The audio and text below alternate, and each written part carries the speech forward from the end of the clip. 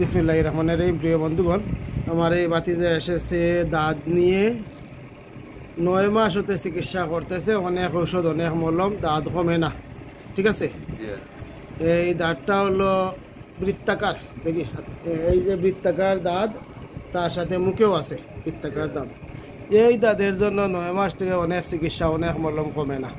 তো এই দাঁতের জন্য আমি গত সপ্তাহে ওনার ডিজায়ার সুইট এই সিমটমগুলো পেয়েছিলাম। এই ডিজায়ার সুইট এটা সালভারেও আছে, সিপিআইও আছে। স্নানের রুচি নর্মাল, খুব বেশিও নয় খুব কমও নয়। এবং অন্যান্য যে সিমটম যেটা পেয়েছি, এই যে আমি একটু দেখাই, সিপিআর বৃত্তাকার দুধরূপ, এই যে সিপিয়া মেডিসিন। আচ্ছা, সিপিয়া মেডিসিনটা কি করলাম, 196 পৃষ্ঠা, 196 পৃষ্ঠা। বৃত্তাকার দুধরুর মধ্যস্থলে আঁশযুক্ত বড় বড় চাকা। আচ্ছা, বৃত্তাকার দুধরু তোমার এটা আঁশ উঠে, হয়েছে চাল উঠে, হ্যাঁ? আচ্ছা, এইভাবে আঁশ উঠে, তার সাথে দুধরুযুক্ত স্থানগুলি জুড়িয়া একখানি বড় থালির মতো হয়ে যায়। আচ্ছা, এই অবস্থা পেয়েছিলাম। এই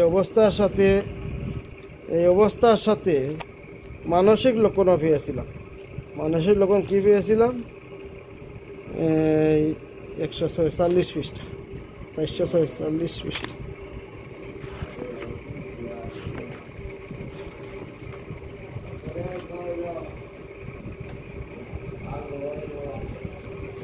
মানসিক লক্ষণ সিপিয়া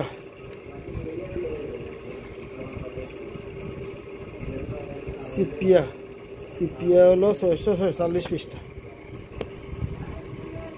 646 পৃষ্ঠা। এই যে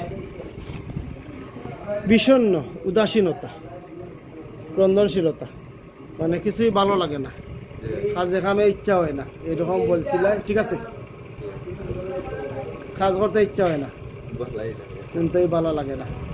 আচ্ছা, এই যে মানসিক লক্ষণ এবং বৃত্তাকার দুধরু, এই দুইটা সিমটম দিয়েছিলাম সিপিয়া 1। এই সিপিয়া 50 মিলিসিমেল 1 সেবনের পরে রোগটা আগের চেয়ে অনেক কম বলেছিলেন। ঠিক আছে, কমছে, আগের চেয়ে অনেকটা কম। আচ্ছা, আগের চেয়ে অনেকটা কমতেছে। তো সেই হিসাবে আজকের মেডিসিন সিপিয়া 50 মিলিসিমেল 2 16 ডোজ, 1 করে রোজ 2 বার। এবং হাতে রাখলাম সালফার, যেহেতু ডিজায়ার সুইট আছে এবং স্নানের রুচি খুব বেশি নাই, খুব কমও নাই, আবার খুব বেশিও নাই, নর্মাল। ঠান্ডা মান্ডা লাগলে গোসল করো না, এই তো একটু সর্দি হইলে জ্বর হইলে গোসল করে না। এই সিমটম যেহেতু আছে, তাই হাতে রাখা যায় সালফার। আপাতত মেডিসিন সিপিয়া আগর চেয়ে অনেক ভালো। তো আলহামদুলিল্লাহ, আশা করি সিপিয়া কয়েকটা মেডিসিন সেবনের পরে রোগটা কমে যাবে। যদি এর পরে প্রয়োজন হয় সালফার ব্যবহার করা যাবে। এবং সিপিয়া মেডিসিন ব্যবহারকালীন দুধ, বিভিন্ন রাইটার হতে আমি যেটা সংগ্রহ করেছি, এই শত্রুভাবাপন্ন হলো দুধ, আর প্রতিষেধক হলো অম্ল খাদ্য। এই দুইটা জিনিস নিষেধ। সিপিয়া মেডিসিন চলাকালীন সময় দুধ এবং টক খাওয়া নিষেধ। তো প্রিয় বন্ধুগণ, একটি ভ্যাকসিনেশন কীভাবে করলাম এবং একটি ভ্যাকসিনেশনে রোগী কীভাবে সহজে সুস্থ হইতেছে, রোগটা কীভাবে সহজে কমতেছে, সেটা দেখাইলাম। সবাই ভালো থাকেন। আসসালামু আলাইকুম।